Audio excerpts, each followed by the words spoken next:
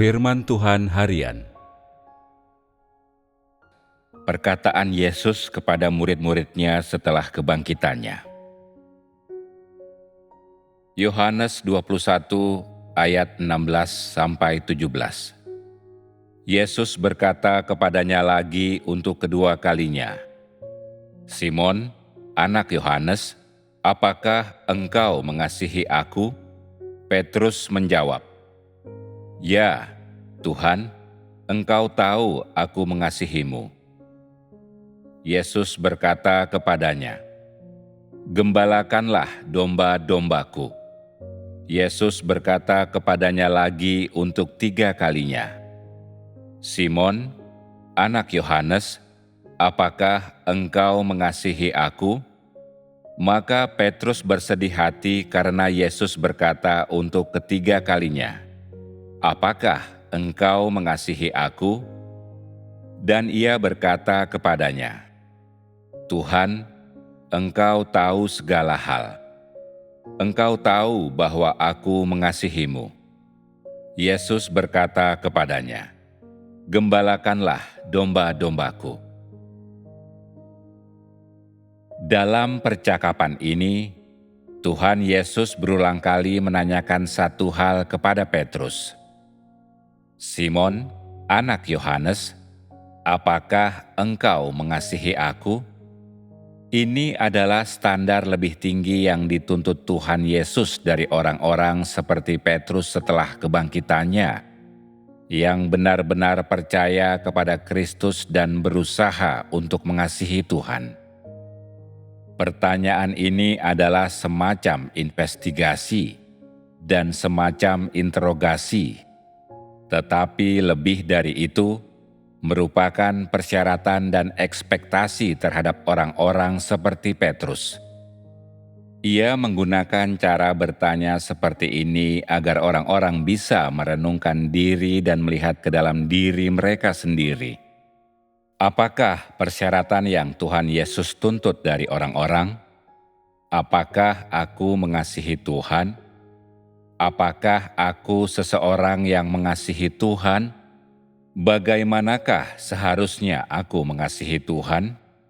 Meskipun Tuhan Yesus hanya menanyakan pertanyaan ini kepada Petrus, sebenarnya di dalam hatinya, dengan menanyai Petrus, ia ingin menggunakan kesempatan ini untuk bertanya kepada lebih banyak orang yang ingin mengasihi Tuhan. Hanya saja Petrus diberkati untuk berlaku sebagai representasi orang-orang semacam ini untuk menerima pertanyaan dari mulut Tuhan Yesus sendiri.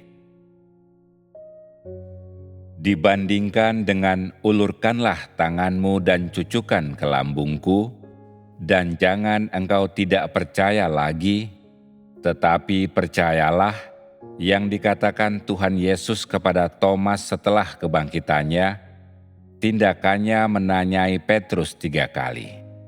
"Simon, anak Yohanes, apakah engkau mengasihi aku?"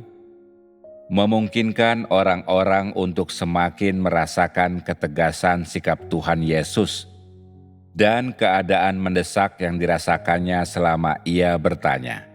Kepada Thomas yang ragu-ragu dengan sifat dustanya, Tuhan Yesus membiarkan Thomas mengulurkan tangannya dan menyentuh bekas pakunya, yang membuatnya percaya bahwa Tuhan Yesus adalah Anak Manusia yang bangkit dan mengakui identitas Tuhan Yesus sebagai Kristus.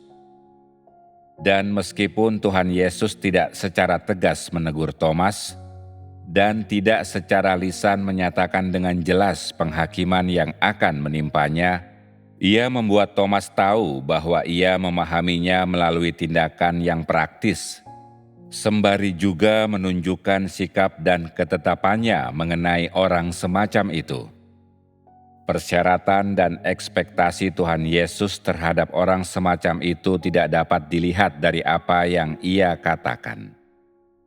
Karena orang-orang seperti Thomas tidak memiliki sehelai pun iman yang sejati.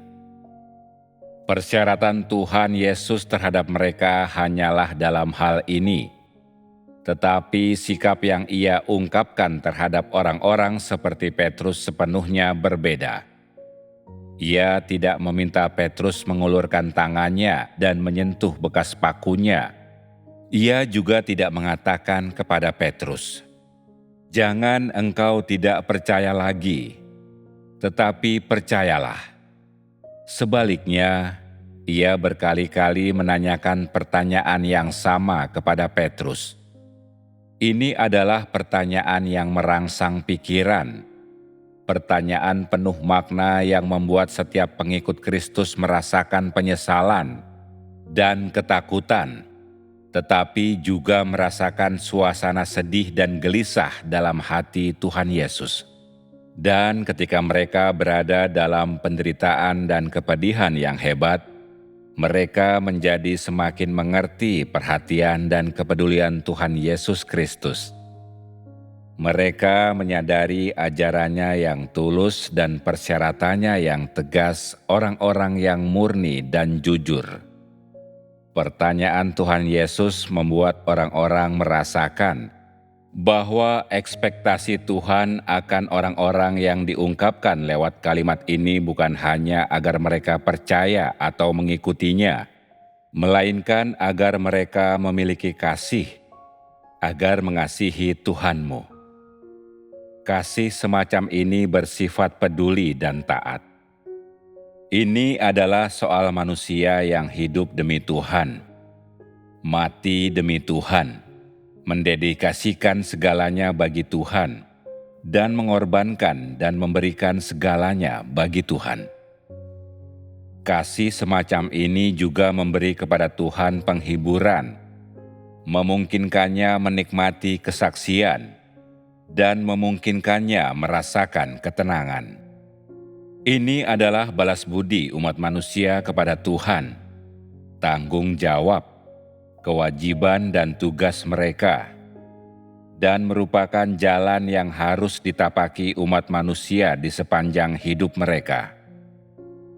3 pertanyaan ini merupakan persyaratan dan dorongan yang Tuhan Yesus berikan kepada Petrus dan semua orang yang hendak disempurnakan.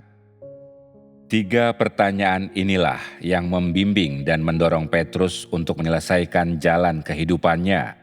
Dan pertanyaan-pertanyaan perpisahan Tuhan Yesus inilah yang menuntun Petrus untuk mulai menapaki jalan untuk disempurnakan, yang membimbingnya oleh karena kasih-Nya bagi Tuhan, untuk peduli dengan hati Tuhan, untuk menaati Tuhan, untuk menawarkan penghiburan bagi Tuhan, dan memberikan seluruh hidupnya dan seluruh dirinya karena kasih ini.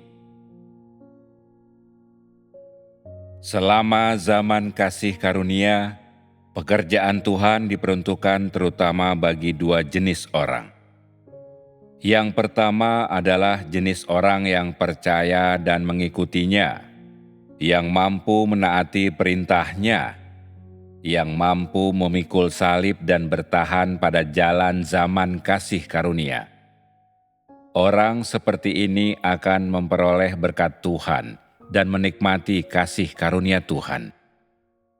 Jenis orang kedua sama seperti Petrus, seseorang yang dapat disempurnakan. Jadi, setelah Tuhan Yesus bangkit, Ia pertama-tama melakukan 2 hal yang paling berarti ini. Yang pertama untuk Thomas, yang kedua untuk Petrus. Apakah yang direpresentasikan oleh kedua hal ini? Apakah kedua hal ini merepresentasikan maksud Tuhan yang sebenarnya untuk menyelamatkan umat manusia? Apakah kedua hal ini merepresentasikan ketulusan Tuhan terhadap umat manusia?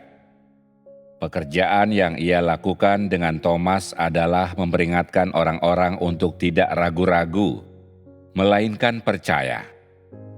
Pekerjaan yang Ia lakukan dengan Petrus adalah menguatkan iman orang-orang seperti Petrus, dan untuk memperjelas persyaratan-persyaratan, dan untuk memperjelas persyaratan-persyaratan bagi jenis orang ini, untuk menunjukkan tujuan-tujuan yang harus mereka kejar.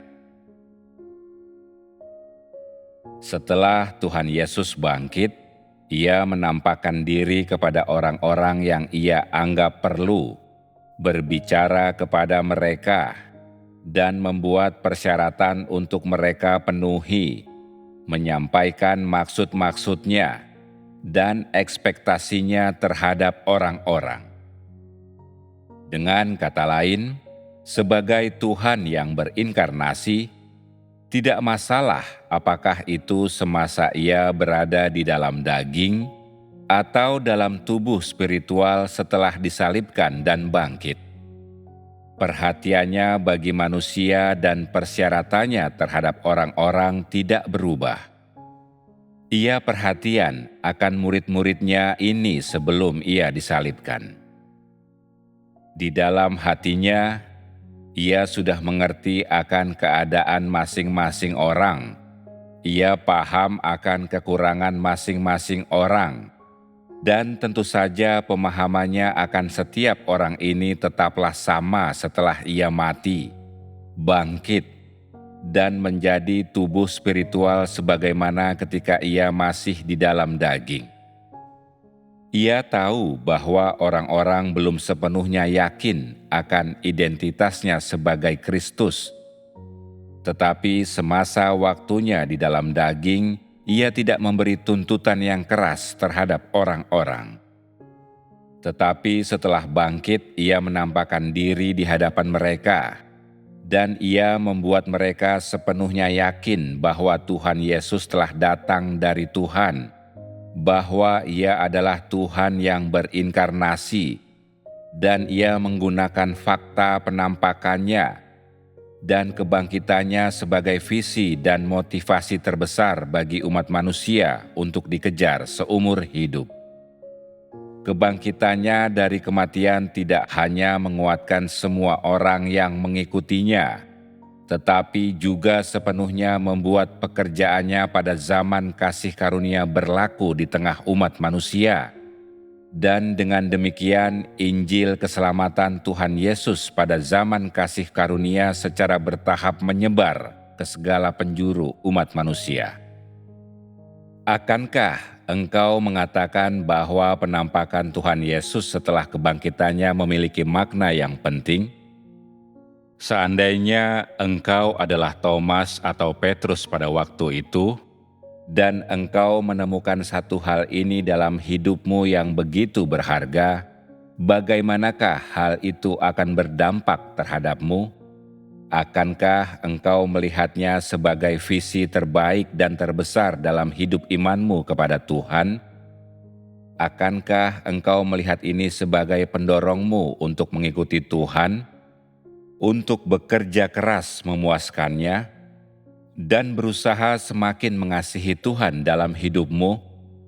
Akankah engkau seumur hidup mengerahkan upaya untuk menyebarkan visi terbesar ini?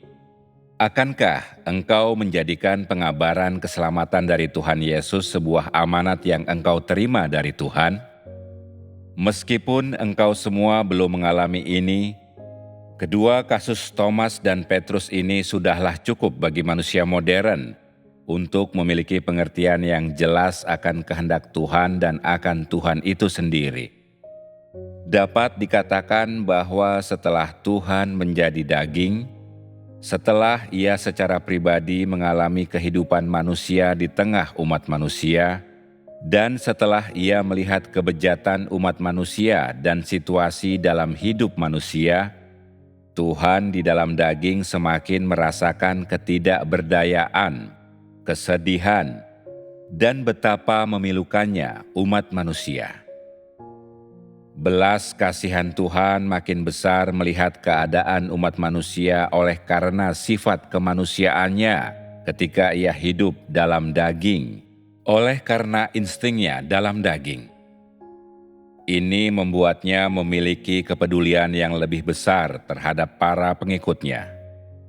Ini mungkin merupakan hal-hal yang tidak bisa engkau semua pahami, Tetapi aku dapat menggambarkan kekhawatiran dan kepedulian Tuhan dalam daging terhadap masing-masing pengikutnya dengan frasa berikut. Kepedulian yang sangat kuat. Meskipun istilah ini datang dari bahasa manusia, dan meskipun itu merupakan frasa yang sangat manusiawi, frasa tersebut benar-benar mengungkapkan dan menggambarkan perasaan Tuhan bagi para pengikutnya. Sedangkan mengenai kepedulian Tuhan yang sangat kuat terhadap umat manusia, di sepanjang pengalamanmu, engkau semua secara bertahap akan merasakan ini dan mengalaminya sendiri. Akan tetapi, ini hanya dapat tercapai dengan memahami watak Tuhan secara bertahap atas dasar mengejar perubahan dalam watakmu sendiri. Penampakan Tuhan Yesus mewujudkan kepeduliannya yang sangat kuat bagi para pengikutnya dalam tubuh manusianya dan menyerahkan kepeduliannya tersebut ke tubuh spiritualnya, atau bisa engkau katakan keilahiannya. Penampakannya memungkinkan orang-orang untuk memiliki pengalaman lain dan merasakan kepedulian dan kekhawatiran Tuhan, sembari membuktikan dengan sangat jelas bahwa Tuhan adalah pribadi yang membuka zaman, yang mengembangkan zaman, dan Ia adalah pribadi yang akan mengakhiri suatu zaman. Melalui penampakannya, Ia menguatkan iman semua orang. Dan melalui penampakannya, Ia membuktikan kepada dunia sebuah fakta bahwa Ia adalah Tuhan itu sendiri. Ini memberikan penegasan yang kekal bagi para pengikutnya. Dan melalui penampakannya, Ia juga membuka sebuah fase dari pekerjaannya di zaman yang baru.